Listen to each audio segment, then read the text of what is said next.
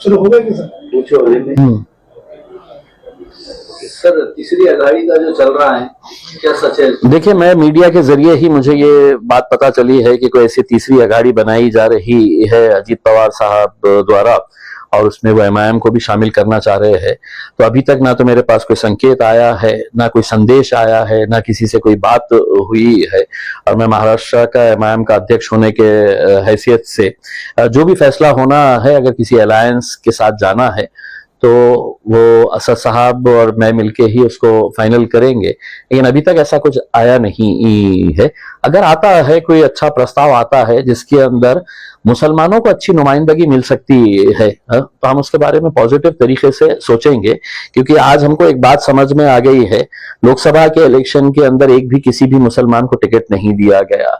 उसके बावजूद भी आज देश के अंदर हो या महाराष्ट्र के अंदर हो, मुसलमानों ने 2-2 घंटे तपती हुई धूप में खड़े रहकर वोट किसको दिया? तो सभी सो कॉल्ड सेक्युलर पार्टीज को दिया। चाहे वो उद्धव ठाकरे साहब की शिवसेना हो, शरद पवार साहब की राष्ट्रवादी हो, या कांग्रेस पार्टी को हो। और नतीजे में उन्हें तोहफा क्या मिला? तो विधान परिषद का जब मौका आया तो विधान परिषद के अंदर एक भी मुसलमान को वहां पर विधान परिषद के अंदर भेजा नहीं गया। 30 साल के बाद एक ऐसी सिचुएशन तैयार हो गई है कि मुस्लिम मुक्त विधान परिषद महाराष्ट्र के अंदर आज हमें देखने को मिल रही है। और इसकी कोई जिम्मेदारी अगर किसी के ऊपर जाती है तो वो राजनीतिक पार्टियों से ज्यादा उन तमाम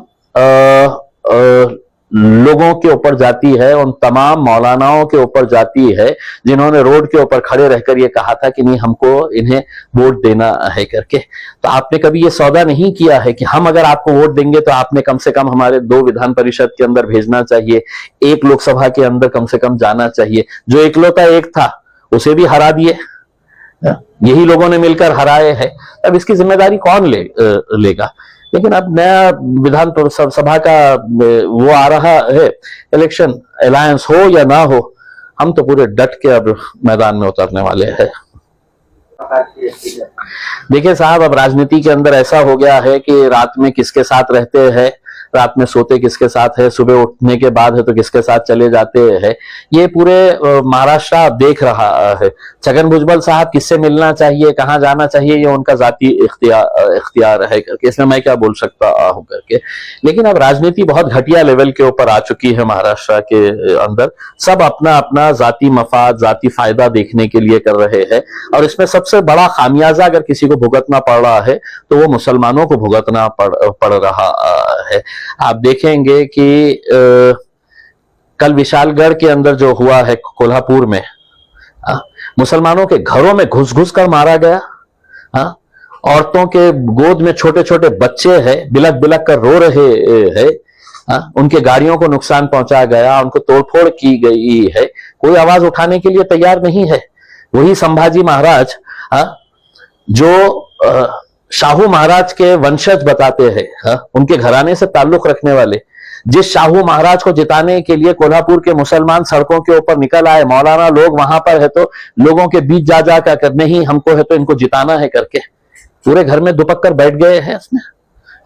हसन मुशर्रफ साहब गोजड़ी ओढ़कर कहां गायब हो गए हैं पता नहीं चल रहा है। बंटी पाटिल वहां का नेता है, कैसे भीख मांग रहे थे मुसलमानों से कि हमको वोट दो करके, और मुसलमानों ने दिए। और उसका नतीजा ये मिलता है कि पुलिस की मौजूदगी के अंदर डंडे, हथियार लेकर, तलवारें लेकर मुसलमानों के घरों के ऊपर हमले कर रहे हैं।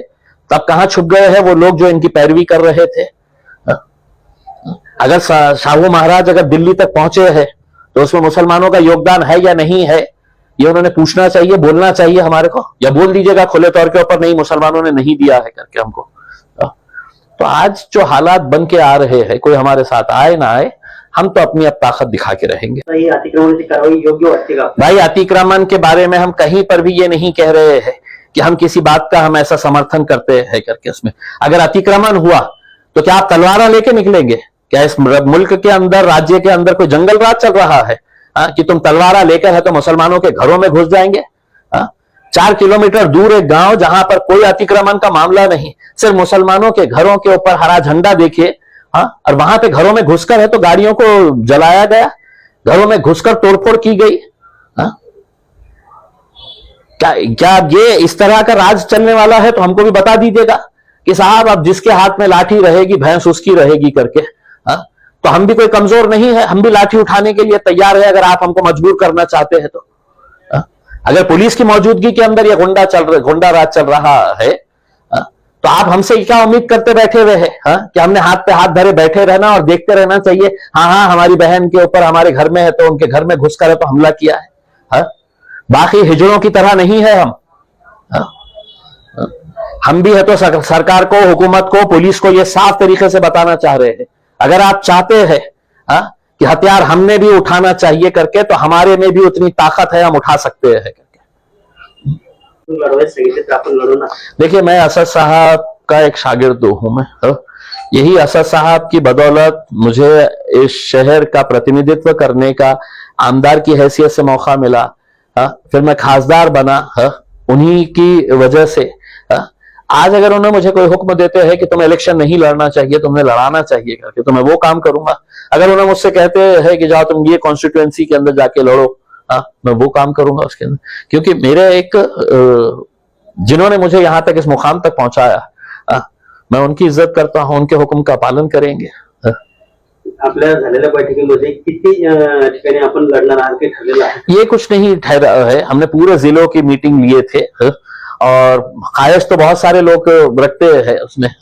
हमको ये भी समझ में आया कि कहीं सारे जिले के अंदर है तो बॉडीज जो है वो अचानक एकदम एक्टिव हो गई है, वो इलेक्शन लड़ना चाह रहे हैं करके। तो अचानक जो एक्टिव हो गए हैं उनको बोलेंगे कि अभी आपको और 5 साल मेहनत करना पड़ेगा। जो 5 साल से मेहनत कर रहे हैं उनको हम बिल्कुल कंसिडर करेंगे उसमें। वहां पे अच्छे कैंडिडेट्स अगर आएंगे और कोई भी जाति धर्म मजहब का हो, अच्छा कैंडिडेट अगर रहेगा तो हम बिल्कुल उतारेंगे मजलिस की तरफ से।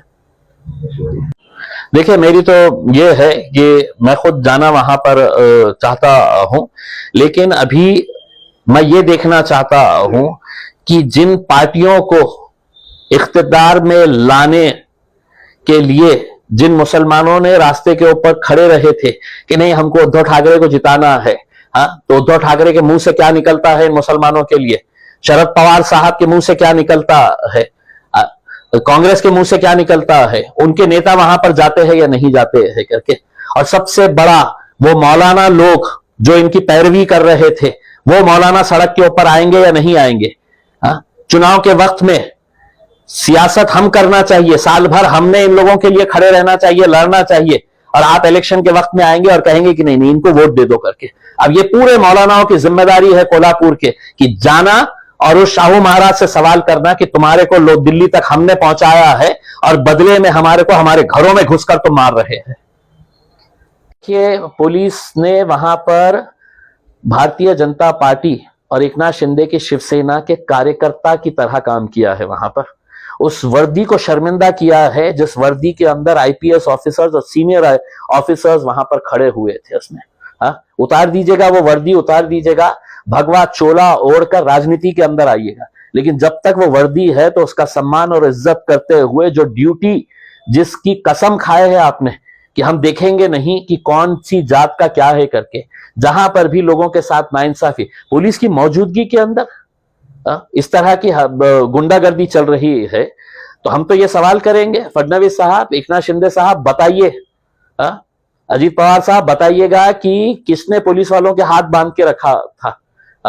या वो पुलिस वालों ने बताना चाहिए कि अब हम पुलिस की नौकरी नहीं करते हैं, हम जो है अब वो हमारे आकाओं की, हमारे राजनीतिक पार्टी के जो आकाएं हैं जो हमारा ट्रांसफर करते हैं उनको खुश करने के लिए हम काम करते हैं। हम अपनी वर्दी का एहतराम नहीं करते हैं, हम अपनी वर्दी के हिसाब से काम नहीं करते हैं।